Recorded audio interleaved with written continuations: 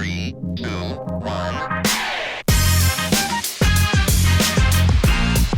Alrighty, we are here with the district champs. Talk to me about who we got here, Coach, and why you brought them. So super excited to bring back, because we had a few of these guys earlier this season. We did. To talk about this, but what an exciting season for the Titans.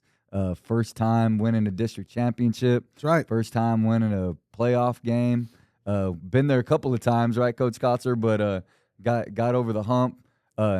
It was a tough hump to get over. Yeah. but got there, and now it's time to keep rolling. And so wanted to celebrate them, wanted to bring them on. Absolutely. Really make it a big deal, because tomorrow night is another really big game that, excited about, and a lot of fun to watch. Love it. A couple of big game clutch performances from a couple of guys in the room. I'll tell you what, the Titan basketball squad has been one of our favorites to follow. We've had them on Beyond the Arches a few times. Coach Kotzer and I have been able to work through some scheduling to make sure we can get them highlighted as well. I want to kind of start with, we'll go at the end down to Coach. If you could introduce yourself, and then what grade level you are as well. So we'll go through some introductions real quick. Go ahead. Isaiah Rivera, senior. Nice. Welcome to the show, Isaiah. I'm Jaden Lerma. I'm a senior. Nice. Welcome to the show, Jaden. Jordan Rodriguez, junior. All righty, Jordan. Appreciate you. And the one and only. I'm Coach Kotzer. That's what I'm talking about, Coach. Hey, but being Jordan Rodriguez is the Express News Player of the Week last week, by the way. Jordan's a baller, dude. When we were watching her practice, it just reminded me of myself as a younger dude. But I go, man, Jordan really got it like that. You know what I mean? But, when we were there. Oh, my God. When we were there. As if we had any credibility for a podcast. It's just gone now. This is it. And so, we appreciate having you guys here. I kind of want to break down. Coach Kotzer, what was the conversation at the beginning of this season to do something that's never been done? For a lot of people, it's hard to visualize because it's not tangible. You don't see that championship in the trophy case. You don't see the banner. So to visualize a district title, visualize a first playoff game, a lot of firsts for Titan basketball. What was that conversation in the beginning of the season? Yeah, I mean, first week of school was the second day of school when we finally got into the classroom. We talked about it, and it wasn't a conversation of we want to make the playoffs, Yeah. It was a conversation of let's do something that we haven't done before. Yeah. Right? Let's win district. And it might have took the kids a little bit to believe it. Sure. Especially we started season 1 and 5 playing some really good teams. Yeah. But we got a really big win at Kerrville-Tivy, and it kind of catapulted us the rest of the way. That was a confidence booster. Yeah, but we've been talking about this since mid-August, and we continue to remind them, so that, we just kind of spoke it into reality. Absolutely. We'll start with our seniors on the end. What does this mean for you guys to be closing out this chapter of high school and this chapter of your student-athlete life as a champ and doing something that's the first time in history for Southwest Legacy High School? For me, it's just, it's the perfect ending for, the senior season. Yeah. It's just the perfect ending for me. Perfect. Like Zay said, it's a perfect ending to my basketball, one of our favorite sports, obviously. Sure. And to win a championship with no legacy team has ever done, it's perfect. Yeah. We'll stay with the seniors real quick before we go to Jordan. What is it about this coaching staff? Why were they the ones to get this done for the first time? Well, having Coach Kotzer, move up this year, I feel like he, involves himself more with the players, outside of basketball, making sure we're always doing the task at hand and making sure, we're never getting distracted. We always have one common goal, and that was to win the district championship, and we came together and we did it. Yeah. Coach Garcia and Coach Kotzer always just pushing us every day was it for me, always reminding us of how special of a group we were and just knew what we were capable of. Yeah. Now, Jordan Jr., man, to be able to do this in your junior year, I'm assuming next year you have probably the same goal in mind. Is that correct? Yes, sir. Talk to me. What is it about your game and the game of this team? What are the strengths of this team that you guys are able to execute something like this season long? I think how we just talk in practice and just communicate, it brings us together more, and really are involved in practice. We push it every day. We push each other, and we just go together and keep playing together. Yeah, appreciate it. How many of y'all help Javi get to an ice bath every day? Because that man is on the floor more than I've ever seen. Then he looks like he's playing football out there. He's on the he's I mean, waking up like with I know he's bruises. probably one of the hardest of the team. So, tell me a little bit about just I think that you just watch, and you can see the guard play, you Jordan and Javi and stuff like that, and then Isaiah, you guys coming in and hitting a big three the other night. Lerma, you know what I mean? That I saw that from the corner and stuff like that. But I don't usually ask about certain players all the time, and Javi's not here, but I just feel like he's a big piece of like kind of the. I don't know if he's the engine so much, but like the heart almost. Am I wrong? Like, tell me about that, because there's lots of things that stand out to me, but I watched that, like he had the big shot going in that Coach talked about in the paper the other day, but just talk about all of them, because he's a fellow senior and stuff like that, but like I guess just the seniors in general as well, Javi. Yeah, but talk to me just a little bit about like what he brings, that part of it. You know what I mean? And sorry, Javi, I didn't mean to make it all about you, but I'm telling you, I'm watching, I'm like, man, this man needs his own trainer right now. How does he just bounce right up? Am I wrong, Coach Kotzer? Coach, you tell me about Let me that. tell you about Javi. All right, so Javi is fearless. He has like almost an irrational confidence, which me and Javi would get along well. Yeah. I mean, we played Flower Bluff earlier in the year, and I think he got blocked by the same kid like 7 times, and still was going. And we told him, we said, Javi, you might want to kick the next one. You know what? Out. Now that you say that, Allen Iverson. That's what Absolutely. I think of Allen Iverson. might These wanna guys, kick it I out. don't know that these guys even know who Allen Iverson is, but Allen Iverson. But you're absolutely right. He's the heart of the team. I mean, we had a kind of a rough first half on Tuesday. Yeah. And I'm preparing to go in and give a. The man try can to collect get some these guys fouls right. too. Yeah. And I go in, and Javi already has it figured out. Javi's on everybody, right? So I didn't have to say much. Coach Garcia didn't have to say much, and it's kind of been like that all year between Javi and Jordan really being our vocal leaders, and then seniors like Lerma, Isaiah, David, Cesar Munoz, all, picking up the pieces along the way. Sure. So, yeah, I mean, Javi is the heart and soul. He gets He's right. he's like watching a gnat run around. All over the place. Man, it's just everywhere. He should be in the training room more than he probably is. So we'll see how he's feeling on Friday. I'll tell you what, man. Basketball is definitely my favorite sport. And looking at the squad, I'm curious, Coach. How is it? It's a question I don't think I've ever asked on the show here, but I'm always wondering.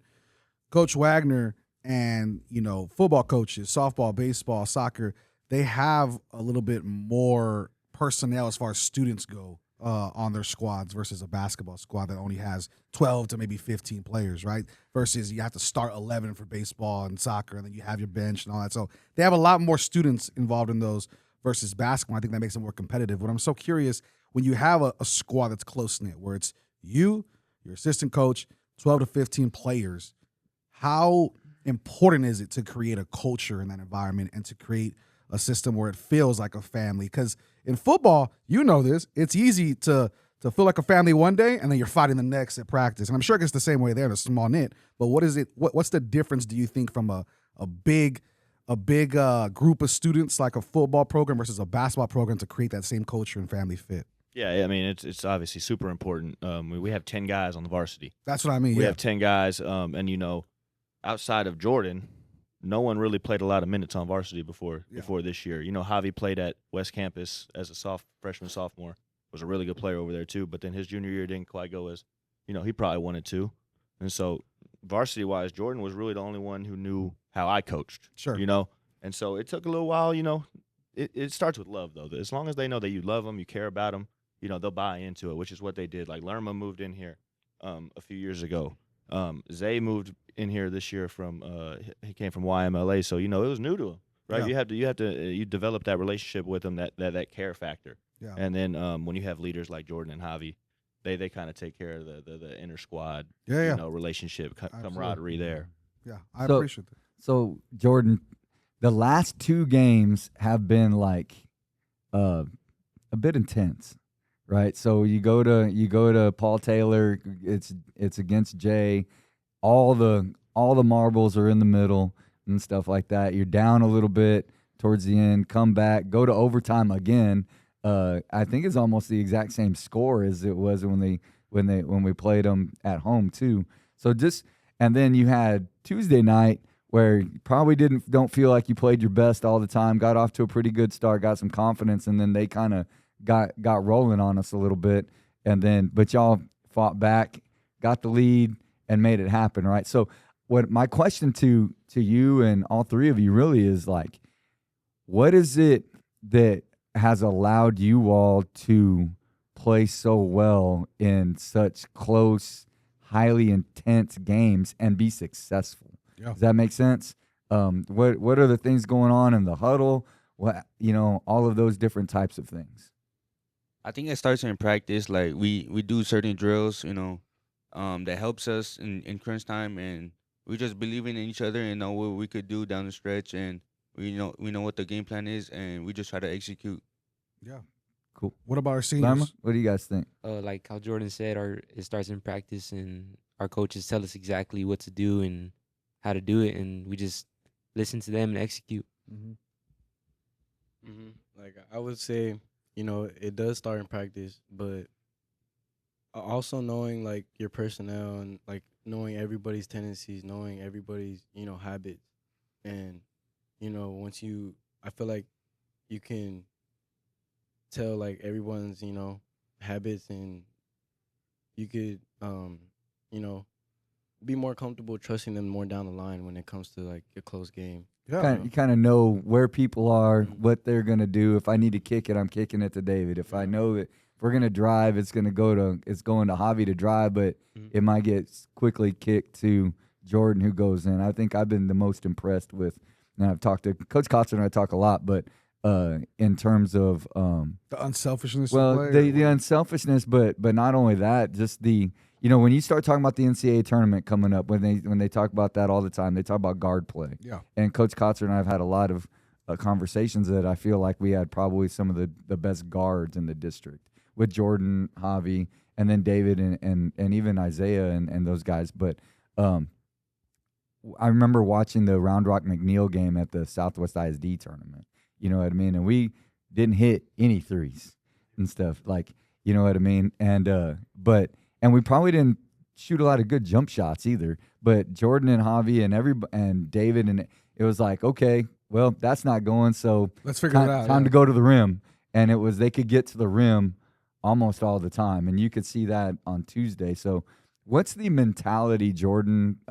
And because I know Lerma's a shooter and everything, but what's the mentality of getting to the rim? You know what I mean? Like, because you guys kind of go back and forth. You can turn your back to it and then you go. You know what I mean? So what's if the shot's not going down, what's your mentality going that way? I think driving it helps with your game more, because if you drive and everybody helps, and you can kick and you could also get the ball back, and if you go in the paint hard and just finish and go up strong, then you could also get a foul and get your rhythm at the free throw line. That's true too. Yeah, no, I like that. That's a great answer. I'm always curious. There's nobody more in the district more ride or die than Roxy Freeman for Legacy. In the picture you see there's pictures that you see at other districts, at other campuses where the principal's there and they're there for the picture. Roxy's yelling and she's smiling, and talk to me about the community at Legacy, and we'll start with Isaiah down there and work down to Kotzer. But talk to me about the community, from the teachers and the staff to Principal Freeman. What is it about? What's special about being a student athlete at Legacy High School? Just her always going out of her way to announce the little wins, the little things about every little sport. Yeah.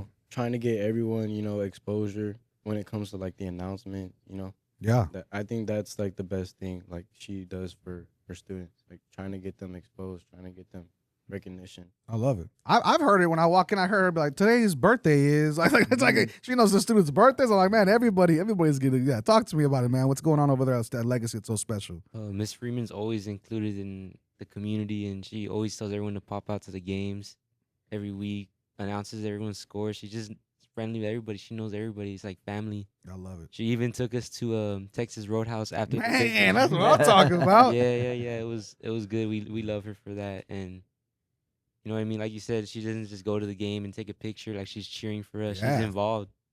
And yeah, it's good, special. I love it. Jordan, talk to me, man. As a junior, you still got one more year to look forward to this, man. So what is it that's special about being a student athlete there?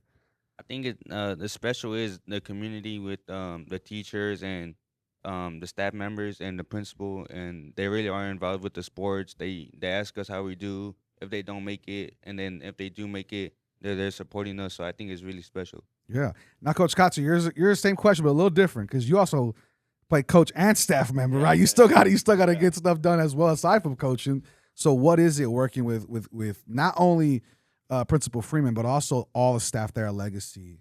Yeah, I mean, if you looked at our playoff game on Tuesday, there were staff members from every subject out there, special ed teachers, English teachers, auto collision teachers out there. Like, it was awesome, but it does start with Miss Freeman. Like they say, she's on the announcements every single morning, highlighting whoever they can. Like you said, birthdays of kids, I don't even know. But it's awesome, and we're not a perfect program either, but she always has the athletes back, and she has all her students back. Yeah. So I mean, when the kids understand that, hey, she's not here to get me in trouble, she's here to help me. Yeah. And they really believe that now. And she she's been treating us like we're the Beatles lately, which we kind of need to get our ego in check a little bit. But we appreciate all the support from her and the administration and everybody. It's been huge all year. Yeah. My question to you, Coach Kotz, before I throw back to Coach Wagner for the next question, specifically because I deal with it a lot from him. Not so much him. I think he's a little bit more understanding, to be honest. But I think at the district level, it's something about I heard it. I don't know if you mentioned it or another coach mentioned it about you. But there's always this thing of like, man, he's so young. Like Coach Kotz is so young to be doing what he's doing. Do you ever have like an uphill battle personally or with other coaches about, you making things happen at a young age as a head coach or trying to battle through things as a head coach? Just because I know we hear it from the district level here and there from different campuses, whatever. So I'm always curious to see, as a young coach, how do you battle other coaches in the sport that maybe have that longevity and those years of experience and maybe you're trying to accumulate during this time? Well, first thing is I just focus on our guys, and credit to these dudes because they had every reason in the world not to trust me coming in. This dude's just his first year as a head coach. Mm-hmm. He's not even 30 years old, blah, blah, blah. They had every excuse not to. Yeah. But, they just bought in and believed in us, which is huge on them. And then big credit to my coaching staff too. I have 3 assistant coaches who are all older than me who could say the same thing. Yep. Why would I listen to this dude? I've been in this game longer than him. Mm-hmm. But no, man, they're here for these guys, and we're all one family in this program. But so, I can try to say I want to stack wins and blah, blah, blah, blah, blah, but it starts with these guys right here. Yeah. If they don't believe in me, then it's over. And credit to these guys, man. They've done everything that they've been asked. They show up every day. They work hard. They do the right thing in the classroom, and it's just a good reflection. I love it. Question for you, Coach. All right, guys. First, I want to talk to. I have one question to stay on basketball for a minute, which I've talked a lot more about the sport in this one than I usually do. Yeah. So Jordan, you had some clutch free throws the other night. I had the unfortunate experience of watching the Spurs last night. Oh yeah. And if anybody watched the Spurs last night, they found out that they probably need to go shoot some free throws. That's been all season, bro. That's not just last night, but yeah. So. But we had not the same type, but we had lots of free throw opportunities at the end of the game the other night and stuff like that. And so, there's a show we watch every year at the beginning when we do our 6 days in the classroom and stuff like that, coaching your inner coach. And one of the things that it says is, and leads to my question is, your inner coach is when you're sitting at the free throw line with no time left and you got to hit one, but all of your thoughts get put up on the video board of what you're saying to yourself. What do you want those to say that allow you to be the most have the best chance of success, right?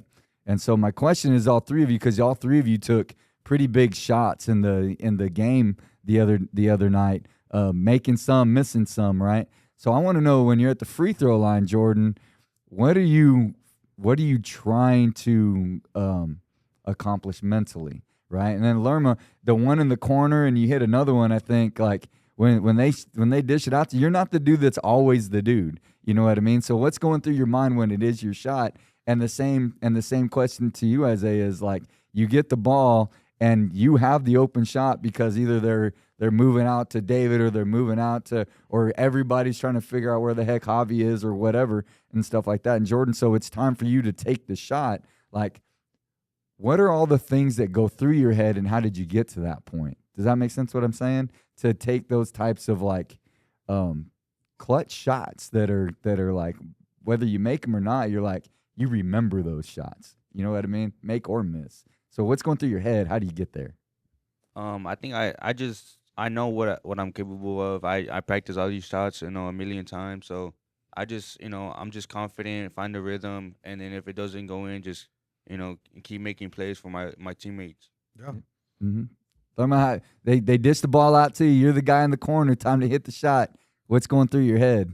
We run it in practice every day, and what I'm thinking in my head is we need this. I need to impact the game somehow, and just benefiting us. That's just what I think. What's gonna benefit us? What's right? If I should pass it or not? That's what I'm thinking. Okay, gotcha.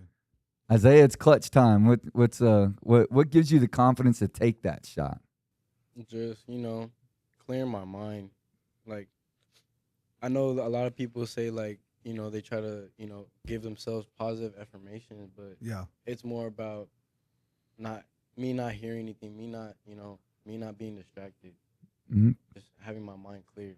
I got you. If I can clear my mind and just take the shot, that's what I'm gonna do. And I asked that to make this point is that people who may be watching and stuff, what the beauty of athletics in general, but what we're trying to teach also is what you heard is practice. What you heard is we do it in practice. Coaches put us through that to prepare us for that. And so confidence doesn't come because of all of your positive affirmations. If you don't do the work, all those positive affirmations aren't believable.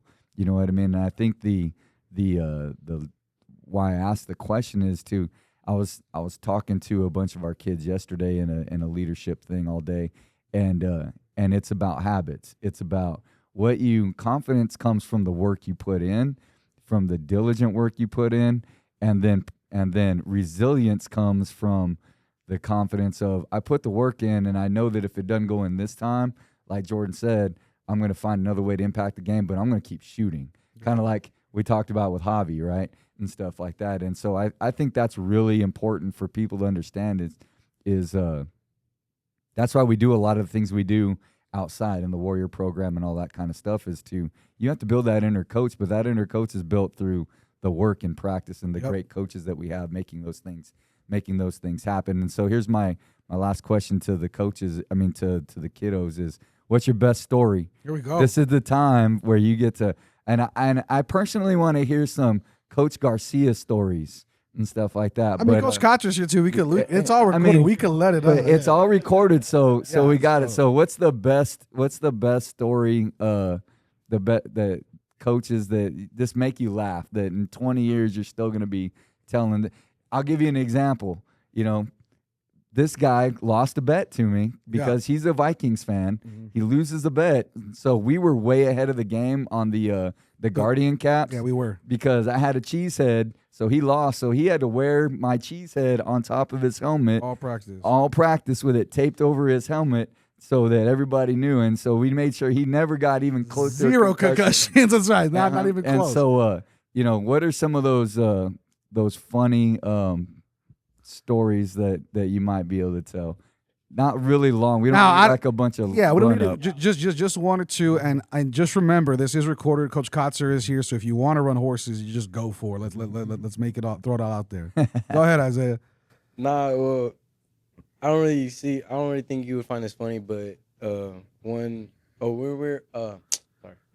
were at Texas Roadhouse, Ahmad, one of our senior teammates, he didn't want to order anything because he was going through Ramadan. Oh, okay.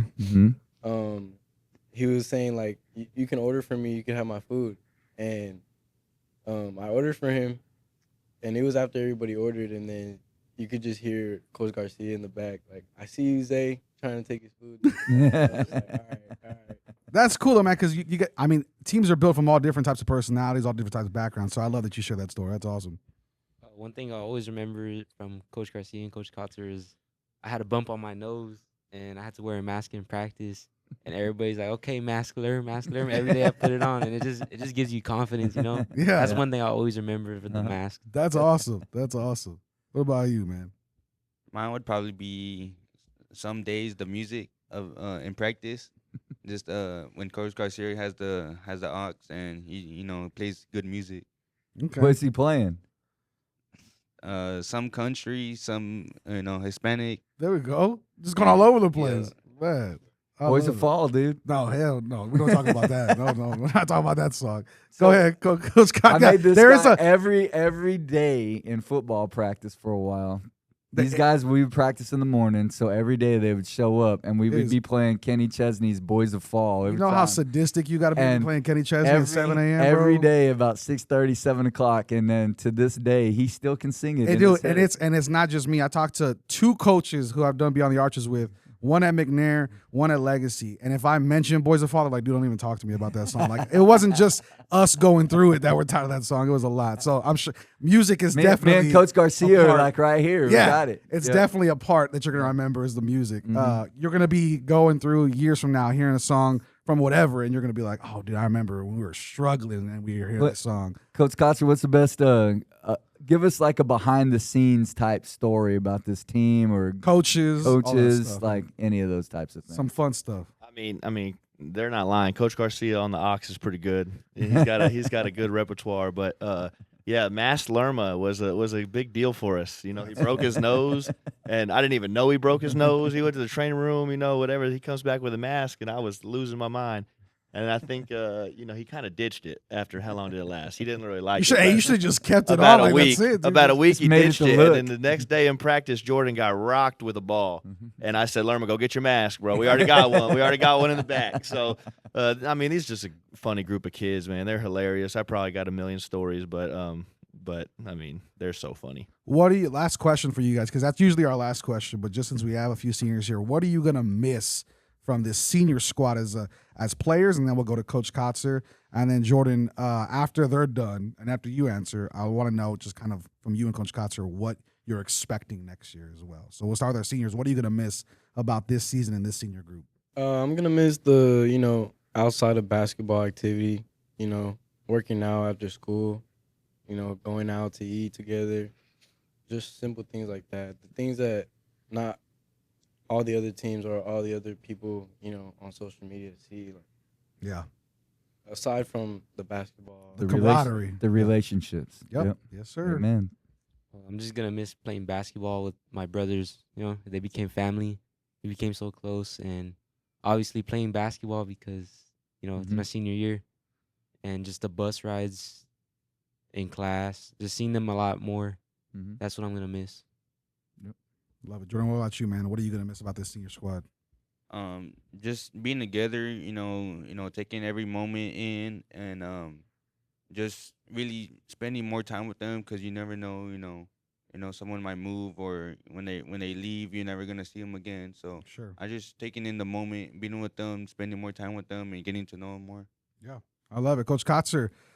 First senior class you got to coach on varsity. First senior class to bring a championship for Legacy, to win a playoff game. It's a big senior class. So talk to me about what this senior class meant to you as a coach. Yeah, we had 7 seniors. Out of the 10 on varsity? Out of the 10. Wow. 7 out of the 10.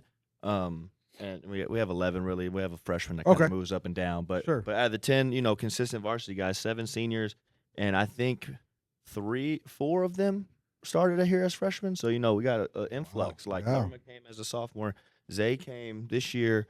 We had, Ahmad moved from Fox Tech. So it's just such a diverse group, and they're really good kids.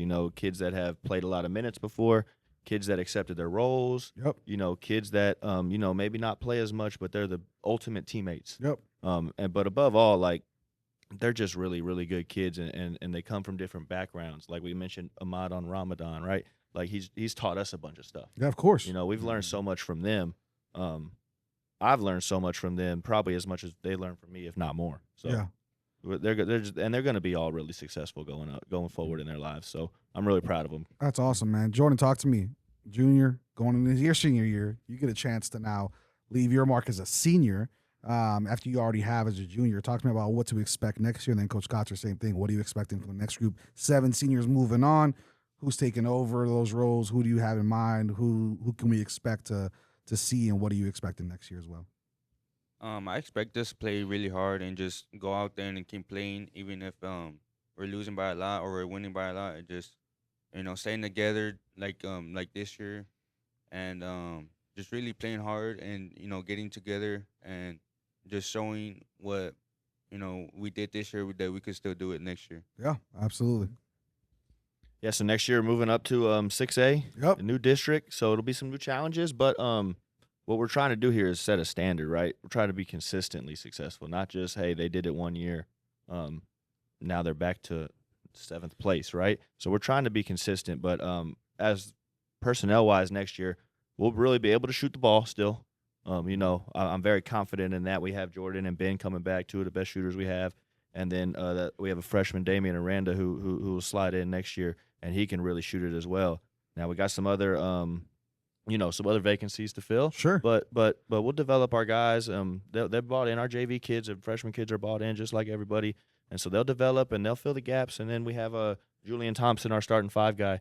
He's coming back too, and he's gotten so much better since he moved in here from Chicago. So so it's a new challenge, but we're trying to, our expectation will stay the same. I love it. Yeah. 2 things to end it. One is, if you hear what he said, all of the move-ins coming in, like the district is growing. Yep. And so the excitement in going to 6A, but then the continued growth and, hey, what's going to walk through that door? You know what I mean? What's coming? And then the other one, we talked about Javi, who's not here, but, man, Benji's had a heck of a few games, has he not? Holy moly. He's been unconscious for about 2 weeks. Since that Southwest game where I think he scored half the points from behind the arc and then had some like 3 or 4 huge shots. It's like Lerma's huge shots the other night. And I heard and he was hitting some big ones as well in the J game and stuff like that. Talk real quick, Coach, about, because we talked about some others. Tell me about Ben a little bit. Yeah, Ben's been awesome. He's one of those kids that, accepted his role. He doesn't have the ball in his hand a ton. He might only get 2 shots a game. He might get 8 shots a game, but he's always ready, and he's hit some humongous shots. And then some things that people might not notice is he's by far the smallest guy we got, right? Yeah, he's every bit of 5'6". But in the J game, he had 4 offensive rebounds. Wow. And he's been doing things that don't really show up, which impact the game tremendously. And so he's you been need huge. guys like that, man. Yeah, he's been huge for the past, all season really, but for the past 2-3 weeks, he's really, really stepped it up. And then he hit 3 or 4 threes in the first half last Tuesday against Lanier. So we're come to expect it from him at this point. I love it, man. I love it. And if you want to hear more about Time Basketball, we did do a Beyond the Arches with them to see kind of the full circle moment from a little bit of the midway point in the season to now. Go check that out on our SWISD TV YouTube page as well. But for all of us here, we just want to tell you guys how proud we are as well. 6:30 on Friday night. That's right. 6 o'clock. 6 o'clock. I'm sorry. 6 o'clock. Yeah. They changed it on us real 6 fast. o'clock Friday night. Make sure you're there 6 supporting Friday, the Titans. Roxy Freeman will be there front center. Don't worry. She's going to be there. 6 o'clock Friday at Blossom Athletic Center at Northeast. So hope everybody's there. Fill it up and be loud and cheer them on, because it'll be pretty freaking awesome if they pull it off. Absolutely. We're super proud of you guys, and congratulations. The first ever to do it. The first group. You're seeing 3 of the top players and the top coach for Southwest Legacy basketball, period. We're talking about bringing a championship home. So that trophy case is going to look a little bit more full. There'll be a banner there for you guys to represent. So no matter what time of part of life you are in, if you come back to Southwest Legacy, you guys are the first to do it. So we appreciate having you on. Congratulations. My name is Brandon Medina. That is Peter Wagner. That is the championship-winning Southwest Legacy Time Basketball Squad. And for all of us here, we are Southwest. 3, 2, 1.